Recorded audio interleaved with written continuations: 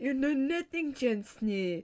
Oh yeah, yummy! Hey Beauts, Fanny Ann here, and welcome back to another fresh fanfiction.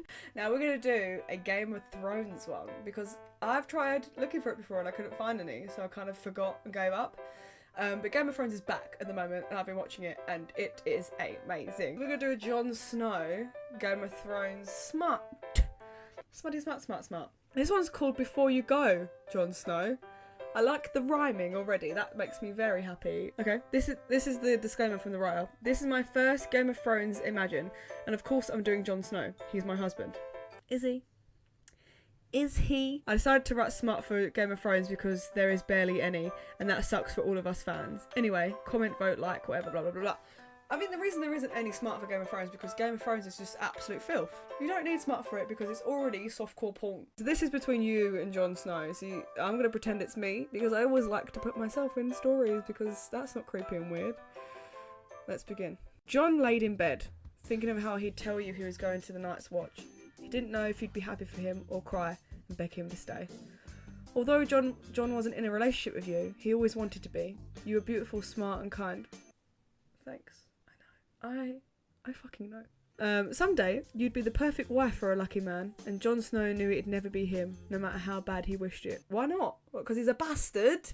He got out of bed, putting his clothes back on. Naked. He grabbed Longclaw and put it in his scabbard.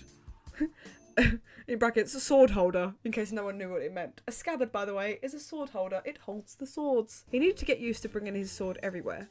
It could be costly if he didn't at the wall. Jon walked through the halls, finding himself outside soon enough. It wasn't long before he found you caring for the horses that were soon to be taken for the ride to the wall, which was where Jon Snow was going to. But you didn't know that yet. Thanks for clarifying. Fanny Ann! Jon Snow breathed lightly. Oh, sorry. Fanny Ann.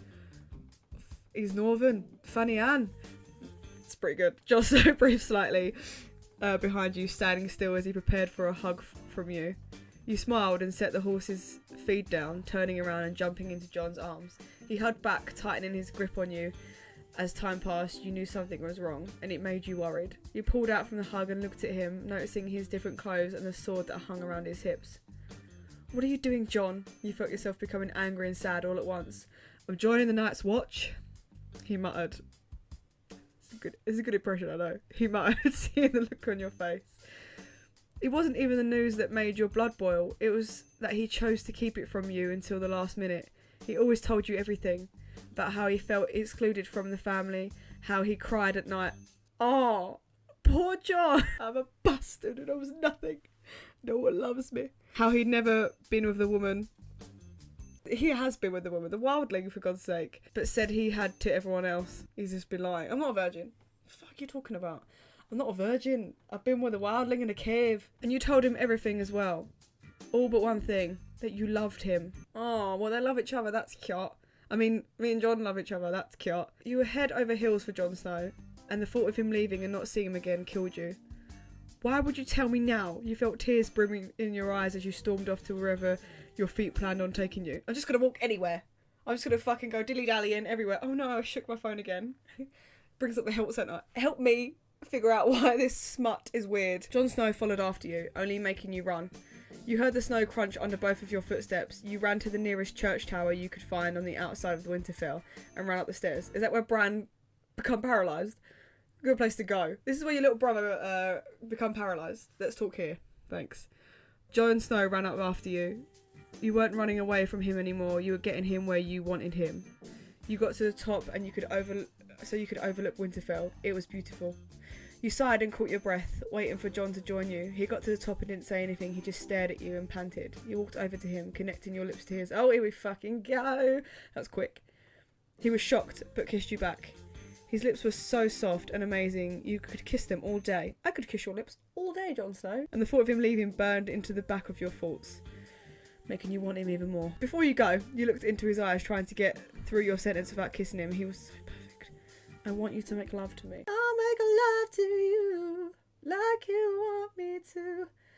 And I'll hold you tight, cause winter is coming, I'll make love to you. Jon Snow had an expressionless face. To be honest with you, he often does. I've found that about Kent Harry, and his face is very deadpan through the whole of the series. Which made it hard to tell if he wanted this as much as you did. Would you lie with a bastard? He seemed so confused as to why you would and how you could do this. I'd lie with Jon Snow. Sorry. It's cute, really. His face softened and he kissed you. Jon pushed you back until you were pinned between the brick wall and him. His mouth started kissing your neck and his hands helped you undress. You took off your top, letting it fall to your feet. Top? In that kind of Game of Thrones-esque era, it's tops, like, they're more, women wear dresses. You'd be wearing a dress. Letting it fall at your feet, his eyes took in your bare chest and a small grunt fell from his lips. He brought his chin up so he could look into your eyes. You grabbed his hand, placing it on your breast. Singular breast, just grab that. Cheers. You moaned into his mouth, loving the way his hands felt on your skin. His fingers traced over your chest, making you shiver. You broke the kiss, taking off Jon's clothes. You placed... That's a lot of clothes as well. Jon Snow wears like 50 layers. Fur, more fur, cape, armour, normal clothes, undergarments. Okay, we're in. You placed his scabbard and sword on the cold floor, taking off his coats of fur next. See, loads of fur. He took his pants off next, leaving him naked. His body was better than you'd ever imagined, but everything you'd hoped it would be.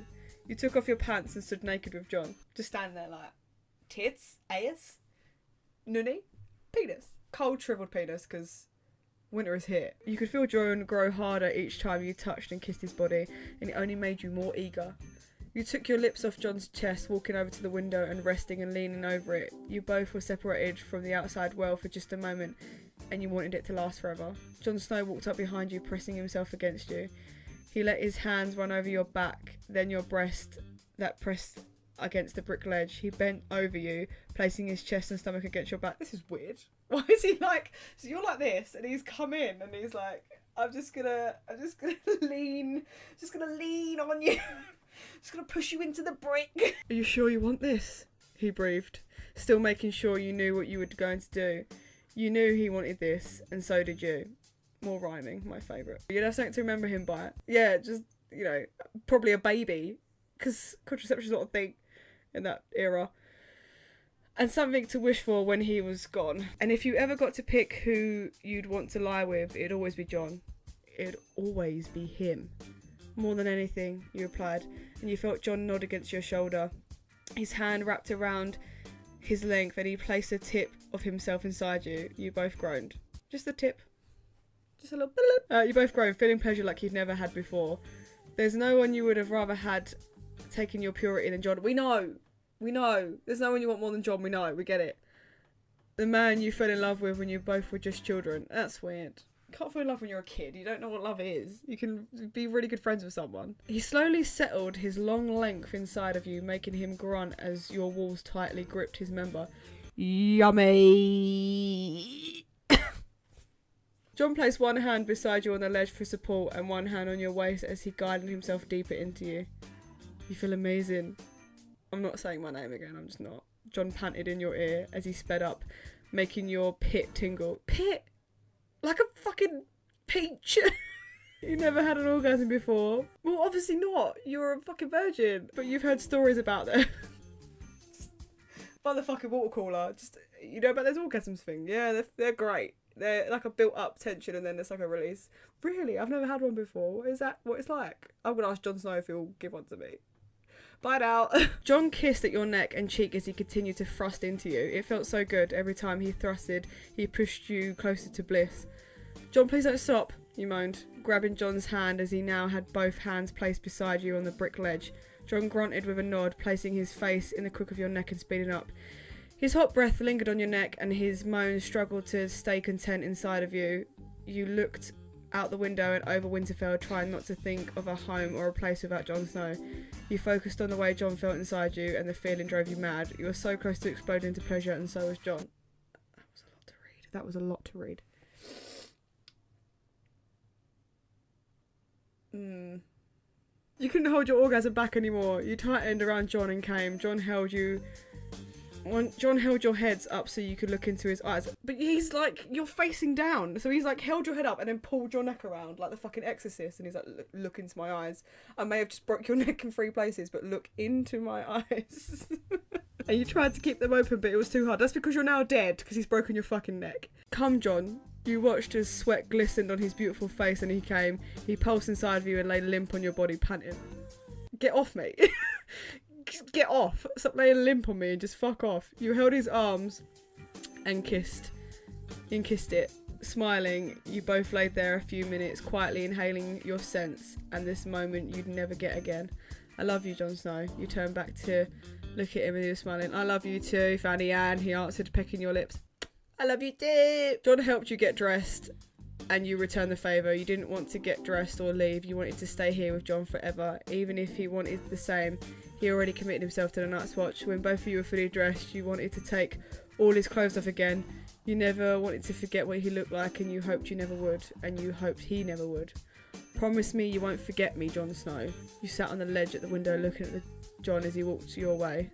How could I ever? I promise you. Oh, sorry. How could I ever? I promise you. And I also promise I'll come back to you. He kissed you holding your head in his hands. Because it's limp because of the broken bones.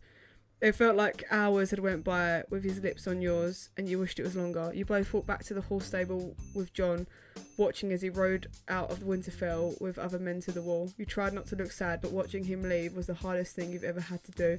But Jon Snow doesn't break his promises. One day, he will come back to you. Oh. The feels. Not the smuttiest I've ever read, because I've read a lot worse than that. That one was quite alright, to be fair. Like, it was just normal stuff. I've read so much worse, but I'm glad we've got a Game of Thrones out of the way.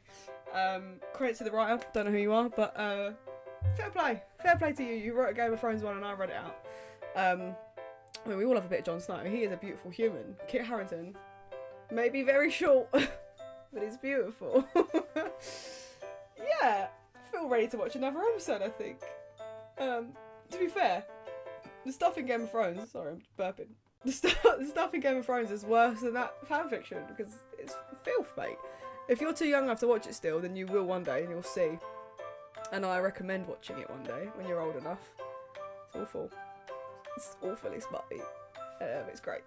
Anyway, thanks so much for coming in and seeing me today. I really appreciate it. Remember to push all those lovely little buttons at the bottom. Remember to follow your dreams, no matter how small they are. Even if your dream is to go to the night's watch, then can go and be a crow.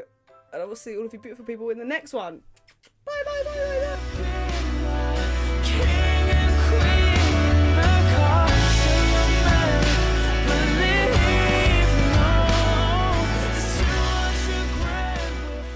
You know nothing, Jon Snow. You know nothing, Jon Snow. Jon